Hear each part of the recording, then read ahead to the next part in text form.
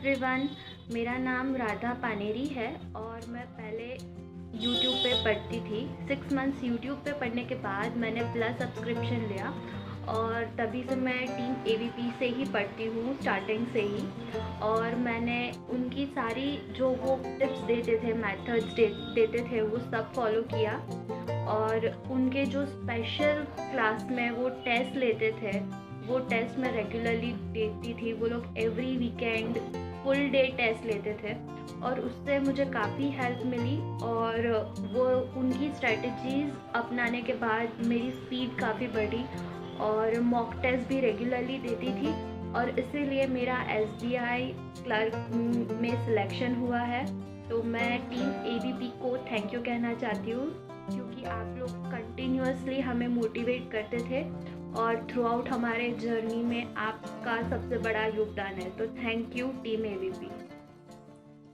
ढेर सारी बधाई हो उन सभी कैंडिडेट्स को जिनका अभी सिलेक्शन हुआ है टीम एवीपी की तरफ से। साथ में शुभकामनाएं भी हैं कि फ्यूचर में और ज्यादा आप लोग तरक्की करें, ग्रोथ करें, है ना। हमारा और आपका सफर यहाँ पर खत्म नहीं होता है, इसके अलावा एक और नया सफर शुरू हो जाता है अब आप लोगों के साथ। आप लोग जो भी अभी आज आपने टारगेट किया हुआ है कि बैंक में आपको जॉब लेना है, तो तैयारी कैसी होनी चाहिए, स्ट्रैटेजी कैसी होनी चाहिए, ये स्ट्रैटेजी सबकी अलग अलग होती है। आपके एजुकेशनल बैकग्राउंड क्या है, आप हिंदी मीडियम से हैं, इंग्लिश मीडियम से हैं, स्टेट बोर्ड की किसी और मीडियम से हैं, तो आपको तैयारी कैसी करनी चाहिए। आप एक कॉलेज गोअर हैं, आपके पास जितना टाइम बचता है तो आप कैसी तैयारी करेंगे। आप ऑफिस में काम करते हैं तो आपके पास कम टाइम है, तो आपको कैसे तैयारी करनी चाहिए। आप एक होम मेकर हैं तो आपके लिए कम टाइम में कैसे तैयारी करनी चाहिए। You have many more responsibilities, तो आपके पास कम टाइम में कैसे तैयारी करनी चाहिए। आप मेरे को बताइए, हम आपको गाइड करेंगे कि आपको कैसे स्टार्ट करना है, कितने कम टाइम पर कितना कितना कहां कैसे कैसे समय देना है, एंड देन फिर आप प्रोसीड करिए। आप अपने लक्ष्य को बिल्कुल पाएंगे जैसे इन लोगों ने यहां पर पाया। हर बार हजारों स्टूडेंट पढ़ते हैं, उन हजारों में कुछ सैकड़ों का सिलेक्शन होता है। उन सैकड़ों में ये नंबर अभी इनका था, अगला नंबर आपका होना चाहिए। बस इसी को अंदर में रखते हुए शुरुआत करिए। और आप जुड़ रहे हैं तो आज अभी ये पता करिए कि अभी जब आप इस वीडियो को देख रहे हैं, करंट में हमारे कौन से बैच चल रहे हैं और उस बैच में ज्वाइन करिए अपनी सहूलियत के हिसाब से। मैं बता देता हूं बैच को कैसे ज्वाइन करते हैं, इसकी फी के हिसाब से, everything. Just download the Unacademy learning app. आपने अनअकैडमी लर्निंग ऐप डाउनलोड किया, डाउनलोड करके आपको इंस्टॉल करना है। इंस्टॉल करने के बाद आपको अपना गोल सेलेक्ट करना है। आपका गोल है बैंक एग्जाम, आपने यहां पर बैंक एग्जाम गोल सेलेक्ट किया। गोल सेलेक्ट करने के बाद गेट सब्सक्रिप्शन पर आना। आपकी फी दिख रही होगी वहां पर, 12 महीने की फीस 6000 रुपीज है। हो सकता है आप जब ये देख रहे हो वीडियो तब उसके बाद फी बढ़ जाए, बट फिलहाल अभी फी 6000 रुपीज है। आपने यहाँ पर टैप करना है और यहाँ लिखा हुआ है अ रेफरल कोड। जो भी फी होगी उस वक्त भी या अभी भी जो फी है, आपको ये AVP10 इस कोड को लिखकर अप्लाई कर देना है। जैसे आप इस कोड को अप्लाई करेंगे वो फी आपकी 10% ऑफ हो जाएगा, 5400 रुपए आपका डिस्काउंट हो जाएगा। आपने यहाँ से कर देना है पेमेंट किसी भी मेथड से। Once you made the payment हो गया, that means you got subscription, आपको सब्सक्रिप्शन मिल गया। Let's come to the page. फिर आपने सर्च बार पर सर्च करना है टीचर का नाम। आप एवीपी से पढ़ते हैं, एवीपी का नाम सर्च कीजिए। ए से सर्च करिए अरुण सिंह रावत, अरुण सर का नाम। बी से सर्च करिए विशाल परियार, मेरा नाम। पी से सर्च करिए पुनीत कुमार शर्मा, पुनीत सर का नाम। आप नाम सर्च करेंगे, प्रोफाइल मिल जाती है टीचर की, उनको फॉलो करिए। फॉलो करके उनकी प्रोफाइल में है ना ये जो प्लस लिखा हुआ है ना, प्लस में आके चेक करो ऑन गोइंग कितने कोर्सेज चल रहे हैं, अपकमिंग कौन कौन से कोर्सेज हैं, कौन सा एग्जाम आने वाला है, उसके हिसाब से उनकी क्लास को ज्वाइन करिए। आप आइए क्लास में, आप बताइए in which situation you are right now, किस एग्जाम को आप टारगेट कर सकते हैं, क्या क्या अपॉर्चुनिटीज आपके पास में है, कैसे आपको प्रोसीड करना चाहिए। We are here to guide you. इतने सारे वर्षों से हम गाइड करते आ रहे हैं and we are successfully guiding people and they are successfully getting admitted in the bank exams, और उसके बाद उनका सिलेक्शन भी होता है। तो अच्छी बात है, आप भी सिलेक्शन लीजिए, आप भी आगे बढ़िए। We wish you all the best. और जितने बच्चे यहाँ देख रहे हैं सबका आगे भविष्य अच्छा हो, ये मैं ही शुभकामना करता हूँ। ऑल दी बेस्ट सभी के लिए। Thank you everyone. जय हिंद, जय भारत। हाय एवरीवन, कैसे हैं आप सभी लोग। तो ये थी एक इंफॉर्मेशन जो कि पहले वीडियो में चली और आप लोगों ने उस इंफॉर्मेशन को देख लिया, और अब है हमारा सेशन की शुरुआत। आज दोस्तों मैंने सोचा कि एक काम करते हैं, कुछ बेसिक सी इंफॉर्मेशन, बेसिक सी नॉलेज जो जरूरी होती है, थोड़ा एक उसका वीडियो कर ले रहे हैं। डेली हम नंबर ऑफ क्वेश्चंस करते हैं और अभी 1-2 दिन बाद से फिर हम नंबर ऑफ क्वेश्चंस को फिर करने वाले हैं, फिर से सीरीज स्टार्ट करेंगे जैसे कि आपको बोला था एसबीआई क्लर्क के एग्जाम के लिए। बट तब तक क्या है कि मुझे लगता है कुछ बेसिक सी इंफॉर्मेशन है वो मैं आपको दूं, नॉलेज दूं। और आज हम दोस्तों सब्जेक्ट वर्ब अग्रीमेंट को पढ़ रहे हैं। आज इसका पार्ट 1 है, कल इसे पार्ट 2 करेंगे, 2 पार्ट में से कंप्लीट करेंगे। और आपको जो भी जरूरी है इस चैप्टर को लेकर वो मैं आपको बताऊंगा। आज जब आप इसे पढ़ रहे हो ना, तो बैंक का कोई भी एग्जाम है, हेल्पफुल है, बहुत ज्यादा हेल्पफुल है। तो सारी के सारे नोट्स बनाते जाना, उसे नोट करते जाना। एक दिन में ही बहुत सारा सब कुछ नहीं पढ़ना है, बट हाँ काफी कुछ अच्छे से हमें यहाँ पर आज पढ़ना है। एक काम करें, अब आप लोग इसको पहले शेयर भी कर दें अपने दोस्तों के साथ, फेसबुक पर, व्हाट्सएप पर, जहां पर आपके जिधर जिधर दोस्त हैं हर जगह शेयर कर दो सबके साथ में। फिर करते हैं दोस्तों शुरुआत, ठीक है। देखो यार, हम सब्जेक्ट वर्ब अग्रीमेंट में व्हाट इज मोर इंपॉर्टेंट, वो ये इंपॉर्टेंट है कि एक्चुअली जब हम इसे पढ़ रहे हैं तो हम ये पता होना हमें जरूरी है कि यहां पर जो रूल बनते हैं वो बिल्कुल स्टार्ट होते कहां से। मैं आपको वो रूल की बिल्कुल एकदम स्टार्ट बताता हूं कि एक्चुअली जो रूल होते हैं वो स्टार्ट होते कहां से। देखो जरा, फॉर एग्जाम्पल हम जब पढ़ते हैं सब्जेक्ट, बचपन में कई बार पढ़ा होगा what is subject, what is verb, what is object. But फिर भी मैं आपसे पूछूंगा क्या आप पहचान पाते हो कि नहीं। फॉर एग्जाम्पल मैंने आपको सामने ऐसे लिखा, दी situation of these candidates, इन सभी कैंडिडेट्स की सिचुएशन इज आएगा या आर आएगा, not known to the government, वो गवर्नमेंट को नहीं पता है। बस अब मेरे को ये बताओ इस सेंटेंस में इज आएगा या आर आएगा। मैं बहुत बेसिक से बिल्कुल स्टार्ट कर रहा हूं, तो मैं आप जानना चाहता हूं आप में से कितने लोग इसे जानते हैं, कितने लोग ये समझ पाते हैं कि what is subject, what is verb and how it is connected. सिर्फ आप मेरे को ये बताओ दोस्तों, इसमें आपकी वर्ब क्या आएगी, इज आएगा या फिर आर आएगा। मैं वेट कर रहा हूं, है ना। आंसर आना शुरू हो गया, इज आंसर आ रहा है, आर कुछ लोगों ने कहा बट ज्यादातर लोगों ने इज कहा। कुछ लोग हैं जो आर कह रहे हैं बट ज्यादातर लोग इज कह रहे हैं। इसका मतलब ये है आप काफी हद तक ये तो जानते हो कि यहां पर क्या आएगा। वेरी गुड, इसका मतलब ये इज है, इज यहां पर सही आंसर है। तो हम ये भी तो पूछेंगे कि इज सही क्यों है। इज हमारी वर्ब है, तो ये वर्ब सही क्यों है, क्योंकि इज इसलिए आया है कि हमारा सब्जेक्ट सिचुएशन है। कितने लोग आप में से ऐसे हैं जिनको ये पहचानने में दिक्कत होती है कि सब्जेक्ट कैसे पहचाने, कैंडिडेट सब्जेक्ट है कि सिचुएशन सब्जेक्ट है। कई बार इसमें कंफ्यूजन होता है। अब आर भी हालांकि बहुत सारे लोग बता रहे हैं, आर वाले सारे लोग गलत हैं दोस्तों, आर नहीं होगा, इज होगा। मैं आपको समझाता हूं, सब्जेक्ट हमेशा वो होता है दोस्तों जो काम कर रहा है या जिस पर हम काम करवा रहे हैं। जैसे जो काम कर रहा है वो सब्जेक्ट है, जिस पर काम हो रहा है तो अब वही ऑब्जेक्ट हो गया। बट उस वर्ब के लिए सब्जेक्ट, वो वर्ब किसके लिए काम कर रही है, ये आपको रीडिंग करने से पता चलेगा। इसका कोई शॉर्टकट फॉर्मूला नहीं है कि आपने बस पढ़ा और आपने कहा अच्छा पहला वाला वर्ड ये होता है या ऑफ से पहले का वर्ड, ऐसा कुछ नहीं, रटना नहीं। आपने देखने किसको लेकर बात हो रही है, ये आपको रीडिंग से कैसे पता चलता है। आपने कहा इन सभी कैंडिडेट्स की जो सिचुएशन है वो ज्ञात नहीं है गवर्नमेंट को। क्या ज्ञात नहीं है, कैंडिडेट्स ज्ञात नहीं है, ये कैंडिडेट्स की सिचुएशन ज्ञात नहीं है। कैंडिडेट्स की सिचुएशन ज्ञात नहीं है, यानी कि सिचुएशन की बात हो रही है, सिचुएशन सब्जेक्ट है और ये सब्जेक्ट आपका सिंगुलर है, इसलिए वर्ब आपकी सिंगुलर आएगी, आर नहीं। आर जितने लोग कह रहे हैं वो गलत। ये समझ में आया दोस्तों, एक बहुत छोटी सी चीज है जो कि हमने समझी। अभी मैं आपको और एग्जाम्पल देता हूं, क्योंकि हम देखो जितने एग्जाम्पल से समझ लेंगे उतना अच्छा हमें समझ में आएगा। फॉर एग्जाम्पल हमने ऐसे लिखा, the type of the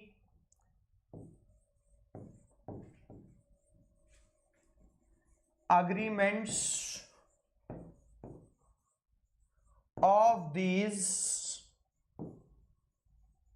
countries, the type of the agreements, the type of the agreements of these countries,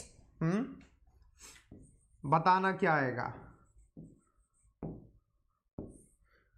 मैंने दोनों लिखा, डू नॉट बी और डज नॉट बी, आपको बताना है क्या आएगा। हम्म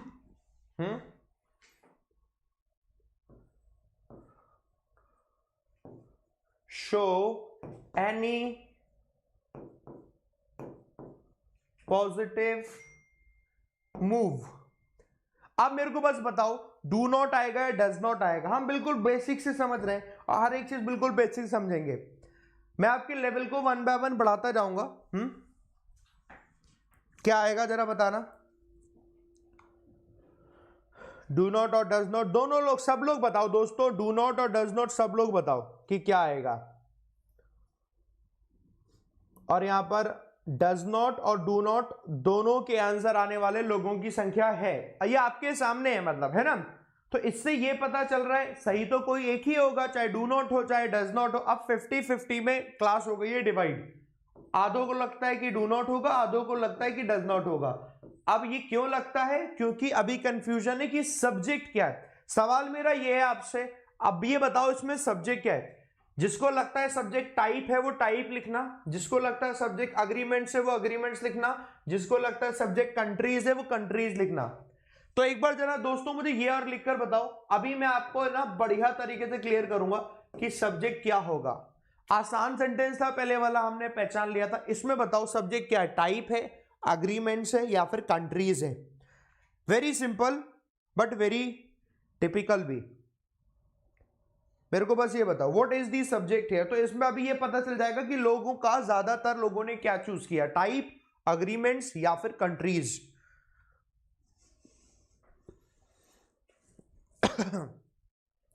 तो जैसा कि मैं देख पा रहा हूं कंट्रीज तो बहुत कम ही लोग कह रहे हैं, बट अग्रीमेंट्स और टाइप कह रहे हैं। अब जरा सुनो, हमने क्या बोला कि कुछ रटना नहीं है। अब मैं बताता हूं कैसे आपको सब्जेक्ट पहचानना है। आपने देखा किसकी बात हो रही है, the type of the agreements of these countries. इन कंट्रीज के अग्रीमेंट्स का टाइप, कंट्रीज के अग्रीमेंट्स का जो टाइप है वो शो करता है कि कोई, वो शो नहीं करता कोई भी पॉजिटिव मूव। पॉजिटिव मूव क्या शो नहीं करता, कौन शो नहीं करता, कंट्रीज के अग्रीमेंट्स का टाइप, कंट्रीज के अग्रीमेंट्स का टाइप। इसका मतलब जो आपका यहां पर लिखता हूं, इसका मतलब जो आपका सब्जेक्ट है वो क्या है, वो आपका दोस्तों टाइप है। बात समझ में आ रही है? कंट्रीज के अग्रीमेंट का टाइप शो नहीं करता है कोई पॉजिटिव मूव। क्या शो नहीं करता है? कंट्रीज के अग्रीमेंट का टाइप। हम टाइप की बात कर रहे हैं, टाइप सब्जेक्ट है, टाइप सिंगुलर है, सिंगुलर है इसलिए डज नॉट आएगा, डू नॉट नहीं आएगा। बात समझ में आ रही है? समझ में आ रहा है? बेसिक, एक बेसिक मैं बताना चाह रहा था, है ना, ये जो आपको कंफ्यूज करता है। क्या ये बात क्लियर हो रखी है ना? सबको क्लियर हो रखी है? वेरी गुड, बहुत बढ़िया, बहुत बढ़िया, शानदार। अब जरा सुनो, इसके बाद ये तो हमें समझ में आ गया। तो एक्चुअली क्या है ये subject verb agreement? Subject verb agreement ये है कि पूरी इंग्लिश में कोई भी सेंटेंस अगर आपके सामने दिया हुआ है और उस सेंटेंस में जितनी भी वर्ब यूज हो रही हैं, जितनी भी वर्ब यूज हो रही हैं, हर वर्ब के लिए कुछ ना कुछ तो सब्जेक्ट होता है। गलती दोस्तों यही पूछ ली जाती है, आपको बस पहचान लेना है हर वर्ब के लिए सब्जेक्ट कौन सा है। अगर आपने पहचान लिया वर्ब के लिए सब्जेक्ट तब तो बहुत बढ़िया, नहीं पहचाना तो गड़बड़ हो जाती है। जैसे डू नॉट, डज नॉट में मैं कुछ और सेंटेंस लिखता हूं, आपके अंदर एक कॉन्फिडेंस और आएगा। मैंने लिखा इस तरीके से,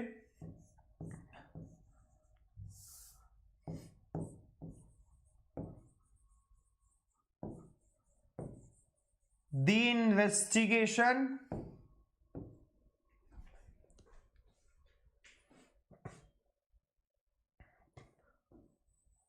नहीं, the investigation held during the trial of Covaxin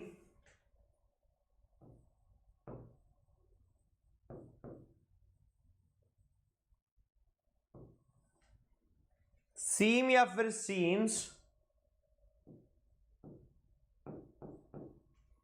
quite unclear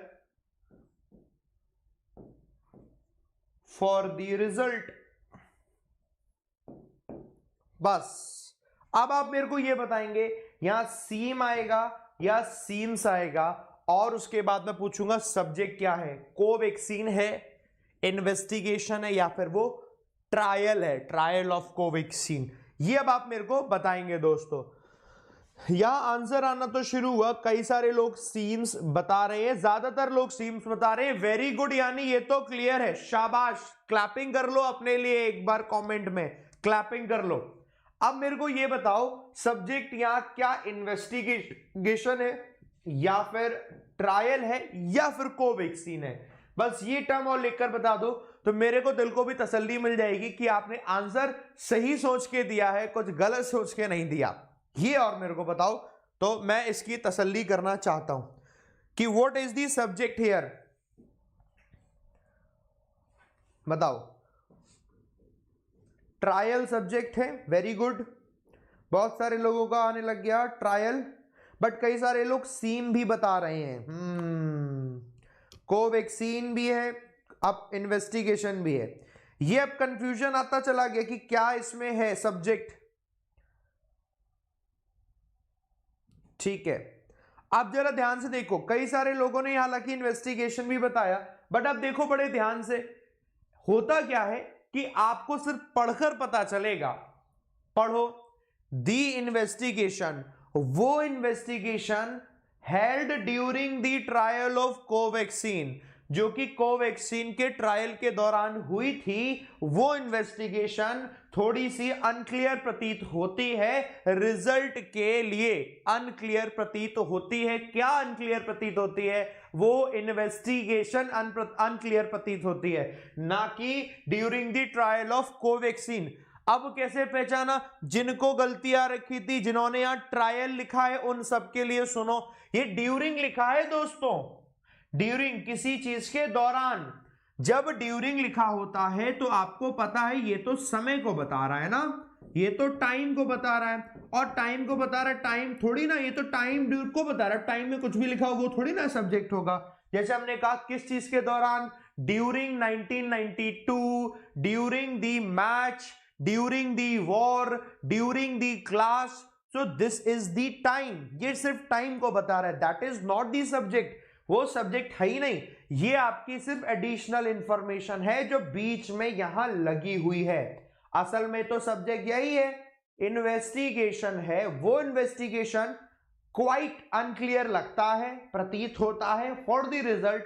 कौन सा इन्वेस्टिगेशन? जो कि हुआ था ट्रायल ऑफ कोवैक्सीन, कोवैक्सीन के ट्रायल के दौरान। तो trial is just the time, वो आपका सब्जेक्ट नहीं है। क्या ये बात क्लियर हो गई सबको, जिन लोगों ने अभी यहां पर ट्रायल को बताया था सब्जेक्ट? क्योंकि ये पता होना जरूरी है। आसानी से समझ गए सब लोग? मुझे बताएं। जी सर समझ गए, है ना, अच्छे से सीखे। अब इसके बाद में और क्वेश्चन देता हूं, आपको और समझ में आएगा। हम बिल्कुल बेसिक्स तो करेंगे, बेसिक से समझ में आएगा तो आपको और सबको समझ में आएगा। अच्छा लगेगा थम्स अप जरूर देकर जाएंगे सब लोग, और दोस्तों के साथ शेयर कर देना, है ना। इसके बाद फिर मैं जल्दी आपके लिए फिर सेशन और भी लेकर आऊंगा, जो कि पहले बेसिक करवा दूंगा, उसके बाद सब आपके बाद इस बे कलर को लेकर, है ना। मैंने एक सेंटेंस लिखा इस तरीके से,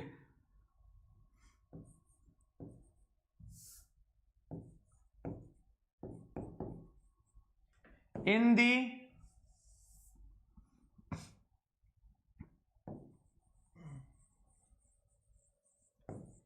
meeting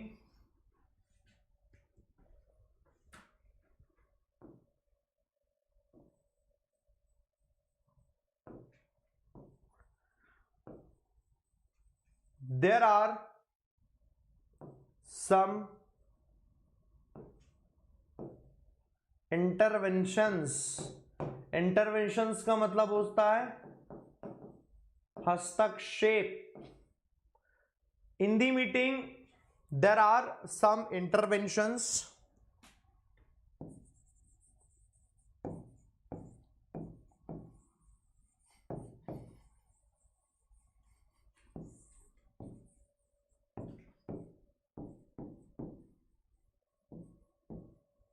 which need to be curbed या फिर needs to be curbed. Curb का मतलब जिसको रोकने की जरूरत है। अब मुझे आप बताएंगे यहां नीड आएगा या नीड्स आएगा, साथ के साथ आप बताओगे यहां पर सब्जेक्ट क्या है। मीटिंग सब्जेक्ट है, इंटरवेंशन सब्जेक्ट है, या यहां सब्जेक्ट है ही नहीं, या विच है ही नहीं तो क्या देना नो सब्जेक्ट।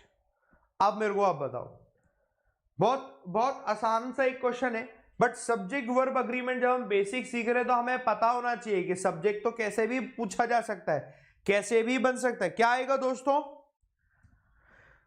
दोनों तरीके के आंसर आ रहे हैं। जो लोग मुझे लगता है लेट आए हैं उनका गलत होगा डेफिनेटली, दोबारा वो लोग देखना वीडियो को। हालांकि यहां आंसर तो थोड़ा सा आ रखा है, नीड होना चाहिए। वैसे सब्जेक्ट क्या है मेरे को बताओ, अगर नीड होना चाहिए तो सब्जेक्ट क्या है? ये सब्जेक्ट का टाइप है जो मैं आपको बता रहा हूं, कैसे कैसे सब्जेक्ट बनते हैं, किस कहां से आपको उसकी वर्ब ढूंढनी पड़ती है।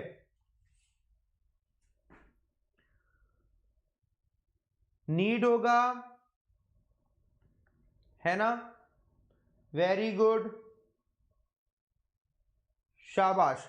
सब्जेक्ट इंटरवेंशन लग रहा। देखो होता क्या है, आपने देखा सबसे पहले इन दी मीटिंग, तो ये तो अभी अभी समझ चुके हैं, ये तो हमारा किसको बता रहा है? टाइम को बता रहा है।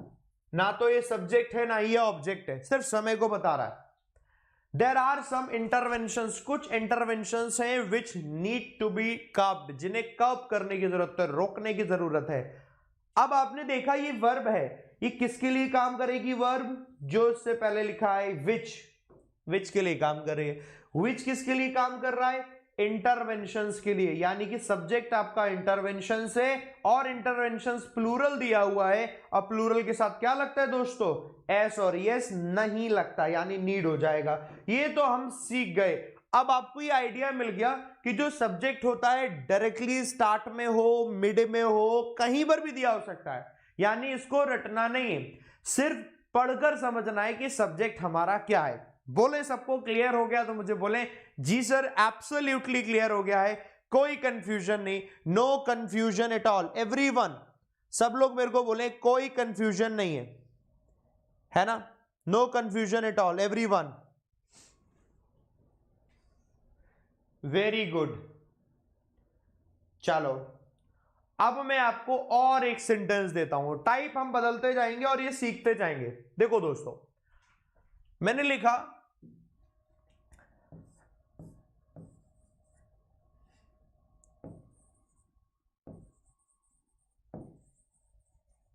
The foundation of the institution is solely based on these principles। ये प्रिंसिपल्स है, यानी कि जिन्हें हम कहते हैं सिद्धांत, हमारे सिद्धांत का प्लूरल, सिद्धांतों की बात हो रही है, ठीक है। एंड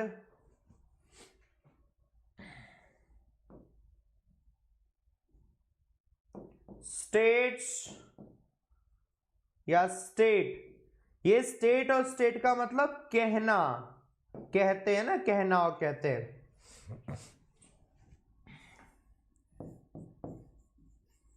that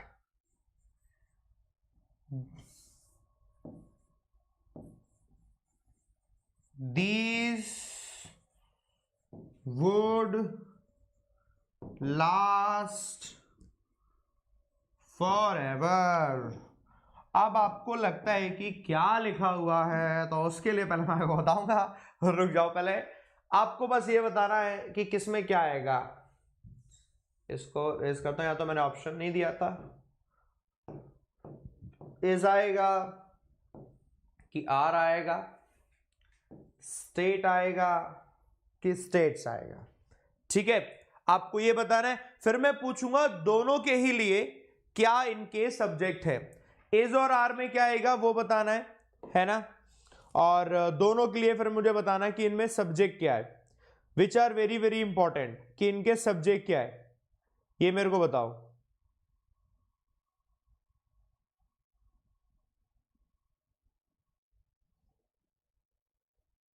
स्टेट्स आएगा, इज आएगा। चलो हम लोगों ने इज तो देख लिया, समझ में आ रहा होगा, और उस इज का सब्जेक्ट भी दिख रहा होगा। कितने लोगों को इज का सब्जेक्ट दिख रहा है साफ तौर पर कि सर हाँ इज का सब्जेक्ट तो हमें दिख रहा है, और इज का सब्जेक्ट है ये फाउंडेशन, है ना। अब मुझे बताना है कि जब हम यहां स्टेट लिख रहे हैं या स्टेट्स लिख रहे हैं तो इसका सब्जेक्ट क्या है। अब आप मुझे कमेंट में ये लिखकर बताना, स्टेट का सब्जेक्ट तो दोनों वर्ड लिखना, आप ऐसे भी लिख लेना, चाहे स्टेट लग रहा है स्टेट लिखो, स्टेट्स लग रहा है स्टेट्स लिखो, फिर जो सब्जेक्ट लगता है ना आपको वो सब्जेक्ट आपको लिखकर बताना है। आपके पास ऑप्शन कई सारे हैं सब्जेक्ट चूज करने के लिए।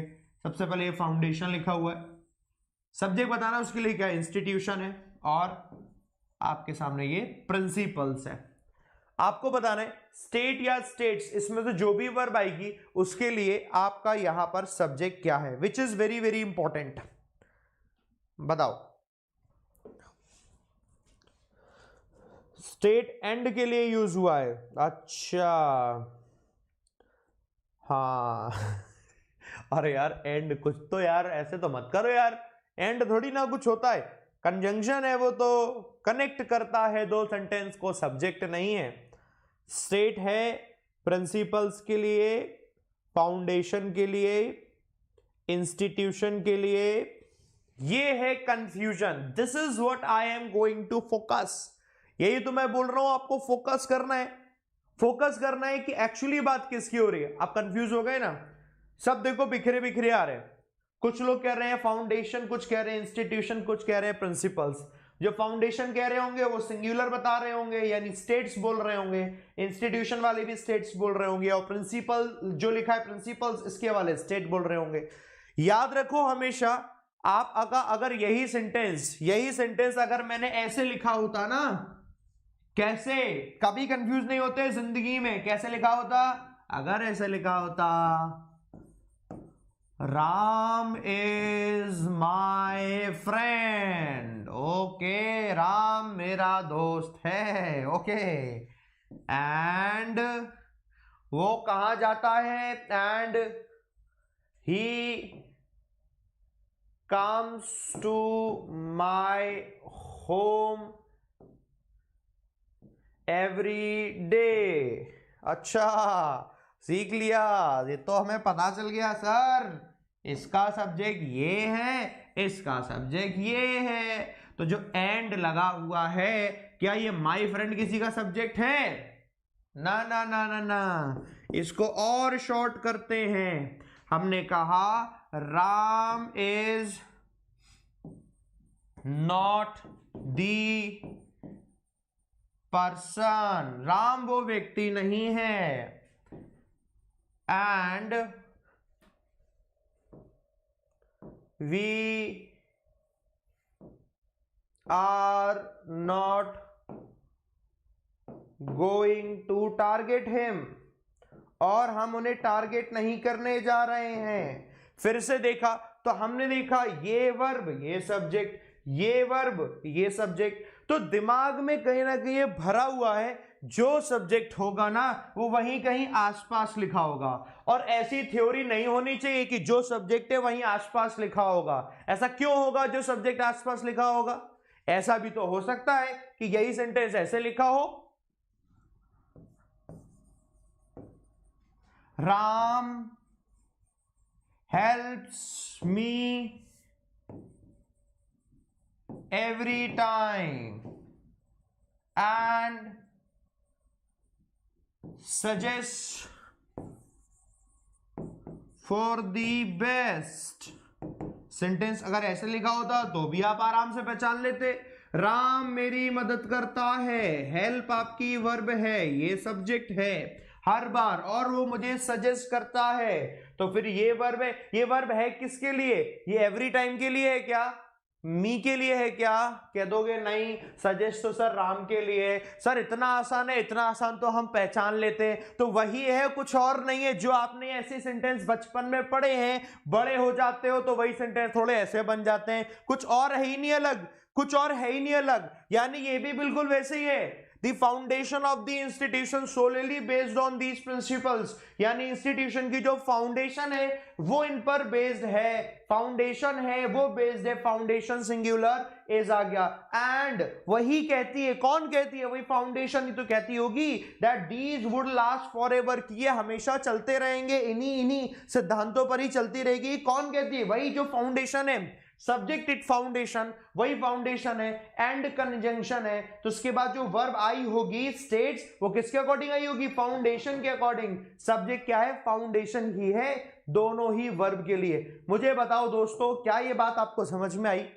वही तो है जो बचपन से पढ़ रहे हो। There is nothing which is new, there is nothing which is new, कुछ भी ऐसा नहीं है जो कि नया है। इंस्टीट्यूशन नहीं है सब्जेक्ट आपका, प्रिंसिपल्स नहीं है सब्जेक्ट आपका। हाँ, समझ में आ रही है? ऐसा नहीं है कि कोई भी वर्ड जो हमने देखा नाउन है समझ लिया वो सब्जेक्ट है, ऐसा नहीं है ना। जिसकी हम बात कर रहे हैं वो सब्जेक्ट है। राम श्याम सीता गीता वाले सेंटेंस दिए होते तो वो हमारे बचपन के सेंटेंस हमें दिमाग में एकदम से सेट हो जाते हैं, पर थोड़े से अलग सेंटेंस होकर हम भूल क्यों जाते हैं? हमें भूलना नहीं है। बात समझ में आ रही है ना? चलो, ये बेसिक चीजें हैं जो बतानी मेरे बहुत जरूरी है। आती सबको है बट सबको बतानी भी बहुत जरूरी है। ये सीख गए हम, हाँ सब लोग एक बार यस सर बोलो। सर सीख गए, ये तो नहीं बोलेंगे हम, कभी नहीं भूलेंगे। आपके लिए फिर मैं एक आध दो और क्वेश्चन देता हूं, और बढ़िया क्वेश्चन देता हूं, आप देख के बताना है, ठीक है? क्वेश्चन दे रहा हूं, आप मेरे को देख के बताना सब लोग, ठीक है? अच्छा, क्वेश्चन मैंने ये दिया, the clearance from the Supreme Court clearly state, और स्टेट्स, इसमें भी स्टेट लिखा हुआ है, कहता है that no charges prove to be true. बताओ उसमें स्टेट आएगा और स्टेट्स आएगा, जो आएगा वो बताना, उसके साथ ये भी बताना सब्जेक्ट क्या है। क्लियरेंस सब्जेक्ट है, सुप्रीम कोर्ट सब्जेक्ट है, क्या सब्जेक्ट है उसके तुरंत बाद लिखकर बताना। फॉर एग्जांपल आपने लिखा स्टेट, तो उसके बाद इधर लिखो क्लियरेंस है कि सुप्रीम कोर्ट, ऐसे करके आप जरूर बताना। चलो, आपका सब्जेक्ट वर्ब अग्रीमेंट का एक छोटा सा पोर्शन वो कंप्लीट हो जाएगा। आपको लगेगा यार हाँ यार ये तो सीख तो रहा हूं मैं, है ना? बोलो।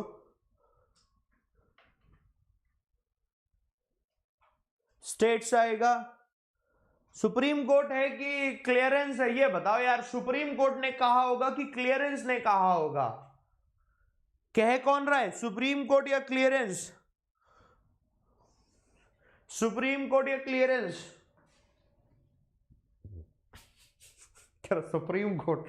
अरे यार अपने दिमाग का इस्तेमाल करो यार, सुप्रीम कोर्ट नहीं है, पढ़ के देखो यार। तुम तो कुछ भी लगा दोगे, ऐसे कैसे काम चलेगा यार? सुप्रीम कोर्ट थोड़ी है, सुप्रीम कोर्ट तो गलत है, देखो पढ़ के। तो क्लियरेंस मिला कहां से? सुप्रीम कोर्ट से मिला। जो क्लियरेंस वो ये कहता है, क्या कहता है? सुप्रीम कोर्ट से जो क्लियरेंस मिला है वो क्लियरेंस ये कहता है, क्लियरेंस ये बताता है। कहने का मतलब कोई आके थोड़ी बोला पट पट पट पट, तो क्या सुप्रीम कोर्ट आके कुछ बोलता है क्या? टां टां टां, ना ना ना, कौन बोलता है? बोलता तो कोई नहीं ना। वो दर्शा रहा है, वो कह रहा है, उसका सिर्फ सेंस आता है कहने का। एक्चुअल में देयर इज नो वन जो कि बोल रहा हो ऐसे करके, कोई है क्या? नहीं ना। उसका क्लियरेंस, यही तो कॉन्सेप्ट है, भूल गए? सुप्रीम कोर्ट का जो क्लियरेंस है वो कहता है, सब्जेक्ट आपका क्लियरेंस है जो कि सिंगुलर है, इसलिए स्टेट्स आएगा, स्टेट नहीं आएगा। बात समझ में आ रही है ना? सब्जेक्ट वर्ब एग्रीमेंट में इसको लेकर एरर बनते हैं आपके, और ये एरर मैं आपको बता रहा हूं आज की क्लास के बाद आपका इससे रिलेटेड एरर तो कभी नहीं, मतलब गलत नहीं करके आओगे। इसके बाद मैं आपको एक एक्सरसाइज भी दूंगा करने के लिए, वो आपकी एक्सरसाइज आपको मजबूत कर देगी, समझ गए? चलो बढ़िया, very good very good very good. ये नहीं, आपको दूसरा देता हूं मैं। ओहो, एक और शानदार क्वेश्चन है। Interviews are meant to collect data and allows researchers to gain an in-depth understanding of participants. आपको बताना है यहां जो वर्ब है, एक वर्ब है आर, दूसरी वर्ब है अलाउज। आर का सब्जेक्ट क्या है, क्या ये सही है? सेम एज अलाउज का सब्जेक्ट क्या है, और क्या ये अलाउज सही है? बताओ, और मजबूती आ जाएगी। ध्यान से देखो, ध्यान से देखो सब कुछ।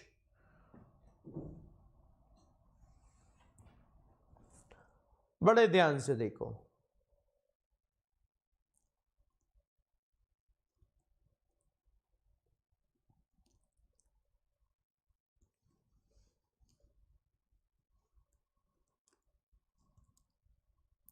अलाउ हो जाएगा, अलाउ हो जाएगा, शाबाश, वेरी गुड, यही तो मैं चाहता था आप सीख जाओ, वेरी गुड। अब आपको अंदर अपने कॉन्फिडेंस आ रहा है कि आप अलाउ बताने लगे कि सर अलाउ होगा क्योंकि इंटरव्यूज है जो कि आपका सब्जेक्ट है। Very good, very good, very good. बस मैं दोस्तों यही चाहता था कि आप ये सीख जाओ, शाबाश।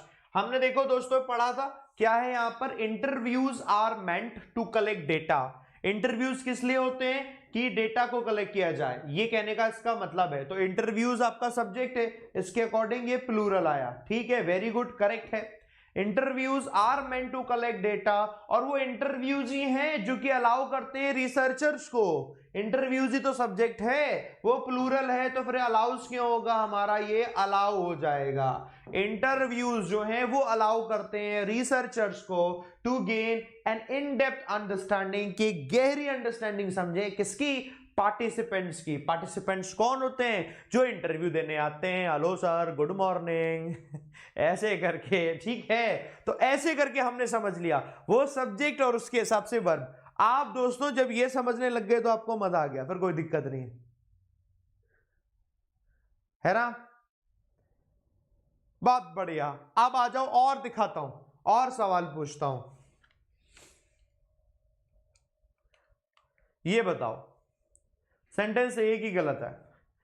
The information obtained from the chairperson was relevant to include in the case। अब देखो सब सिंगुलर है, ये है was। अब आपको बताना है, बहुत गौर से देखना, यहां सब्जेक्ट क्या है, इंटरवेंशन है या फिर ये चेयरपर्सन है। आपको दोस्तों इसका सब्जेक्ट बताना है कि सब्जेक्ट ये क्या है, what is the subject. Subject पहचानो, एवरीवन, सब लोग सब्जेक्ट पहचानो। वर आएगा, वेरी गुड, नो एरर है। सब्जेक्ट क्या है, इंफॉर्मेशन है या चेयरपर्सन है, इंफॉर्मेशन है, information, information, information, information, information, very good, information है, शाबाश। सब्जेक्ट हमारा इंफॉर्मेशन है, इंफॉर्मेशन सब्जेक्ट है। कैसे समझा, अभी अभी हमने इस तरीके का एक सेंटेंस पढ़ा था, दी इंफॉर्मेशन, वो इंफॉर्मेशन जो कि ऑब्टेन की गई है, कहां से, चेयरपर्सन से निकाली गई है, वो रेलेवेंट है। क्या रेलेवेंट है, इंफॉर्मेशन। ये आपका है सिंगुलर, ये singular, singular subject, singular verb, और ये आपका बन गया relevant to include in the case. जो रेलेवेंट है, जो कि इस केस के लिए रेलेवेंट है, वो इंफॉर्मेशन की यहां पर दोस्तों ये कर रहे हैं बात। समझ गए, बोले जी सर समझ गए। मैं आपको बता रहा हूं इससे रिलेटेड कोई भी इंफॉर्मेशन, कोई भी दिक्कत कुछ अब आपको आएगी नहीं। अब सुनो, ये तो हालांकि और भी हैं चीजें, मैं वो आपको बाद में बताऊंगा। अब मैं इसको लेके आपको दे रहा हूं एक एक्सरसाइज की एक्चुअली आप प्रैक्टिस कहां से करोगे। सर न्यूज़पेपर से बोलते हैं प्रैक्टिस करने के लिए, आज सर न्यूज़पेपर की प्रैक्टिस करवाई दो, है, रुको जरा आपको न्यूज़पेपर की प्रैक्टिस कराता हूं। गूगल खोला, गूगल पे क्या लिखा, गूगल पे लिखा गूगल न्यूज। वैसे बहुत सारी चीज आ रखी है, Google news Hindi, Noida English, सब कुछ आ रखा है। हमने गूगल न्यूज सर्च किया, गूगल न्यूज सर्च किया, गूगल न्यूज ओपन किया। आपको मैं पढ़ना सिखा रहा हूं, आप बिजनेस पर आगे पढ़ो तो वही जो आपके काम का है। क्या पढ़े, what change for market while you were sleeping, Tesla drives into India through Bangalore, CPI inflation fall sharply. ये से शायद हम लोगों ने कल पढ़ा था, कल शाम को पढ़ा था। आपके यार काम की चीज मिल जाए थोड़ी सी। NIAI identifies 5 kilometre of roads to be built under Bharat Mala phase second project. आओ कुछ प्रोजेक्ट की बात हो रही, कुछ सीखने को मिलेगा, और यहीं से हम निकाल लेते अपनी ग्रामर। आओ चलो ये सेंटेंस लेके, अब मुझे तो नहीं पता है कि सेंटेंस में क्या लिखा है क्या नहीं लिखा, लेकिन ये मैं आपको पढ़ना सिखा रहा हूं, जो कि आपको होमवर्क भी दूंगा। आपको दोस्तों क्या करना है, आपको न्यूज़पेपर से, आज का होमवर्क है, आपको न्यूज़पेपर से हर एक वर्ब का सब्जेक्ट ढूंढना है कि इस वर्ब का सब्जेक्ट क्या है, इस वर्ब का सब्जेक्ट क्या है। ये आपको सर्च करना है। होमवर्क दे सकता हूं मैं आपको? ऐसा तो नहीं सर हम तो घर पे होमवर्क मत दो और सर हम बड़े हो गए। होमवर्क करना, होमवर्क होना जरूरी है। दिस इज योर होमवर्क और ये आपको करना है ना, ये आपका होमवर्क है। अब कैसे ढूंढोगे मैं बताता हूं, आओ होमवर्क से ढूंढते हैं, सब सीख जाएंगे। बस अंदर से वो होना चाहिए, अंदर से आना चाहिए, सीखना है। अथॉरिटी ऑफ इंडिया, हमें पहले वर्ब ढूंढनी है। थोड़ा सा नीचे करते हैं ऐसे करके। The national highways authority of India NHAI has started planning for the Bharatmala phase second project. तो हमने देखा हैज दिया हुआ ये वर्ब, ये किसके लिए यूज हो रखा है? National highways authority of India NHAI के लिए, यानी कि ये जो वर्ब है इसका सब्जेक्ट ये है। पहचान लिया, आगे बढ़े। Started planning for the Bharatmala phase 2 project and has identified, फिर से ये हेल्पिंग वर्ब आ गई। हैज ये किसके लिए यूज हुआ है? कोई और सब्जेक्ट तो आया नहीं, यानी कि इसके लिए भी सब्जेक्ट कौन सा है? यही NHAI, यही इसके लिए भी सब्जेक्ट है। Has identified roads with a cumulative length of 5000 kilometres to be built under the project. कोई और वर्ब नहीं आई। A senior government official told, ये इन्होंने बताया। टोल्ड वर्ब आई, किसने बताया? इन ऑफिशियल ने बताया। इस वर्ब के लिए सब्जेक्ट ये है। ये आपका होमवर्क है, बोलो कर पाओगे कि नहीं कर पाओगे? ये आपका होमवर्क है, बोलो कर पाओगे कि नहीं कर पाओगे? आओ और ढूंढ लेते हैं इसके बारे में, और क्या बोला है पूरा समझ में आएगा। वर्थ जो कीमत है, मेंशनिंग है जो यहां मेंशन हो रही है, इज दैट, वो ये है, वो ये है, क्या ये है, क्या क्या क्या, कीमत ये है, यानी इज आ रखा है, इसके लिए सब्जेक्ट क्या आ गई? वर्थ।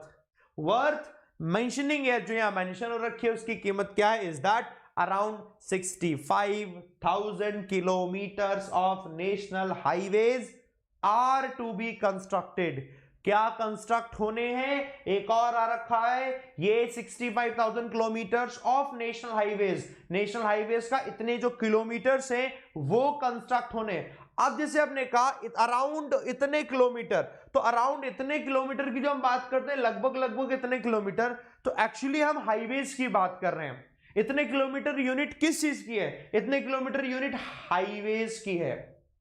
तो हाईवेज में एक रोड बने, एक से ज्यादा बने, हाईवेज हैं, एक हाईवे तो नहीं है, एक से ज्यादा है, प्लूरल है, उसका इतना किलोमीटर, वो प्लूरल ही कंसीडर होगा, प्लूरल कंसीडर होगा, उसके लिए वर्ब ये आ गई।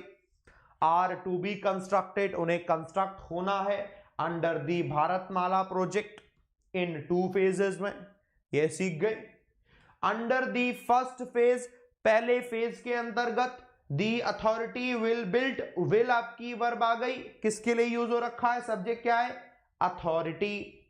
Will build 3,4,800 kilometres of national highways by 2020। हालांकि और वर्ब नहीं आई।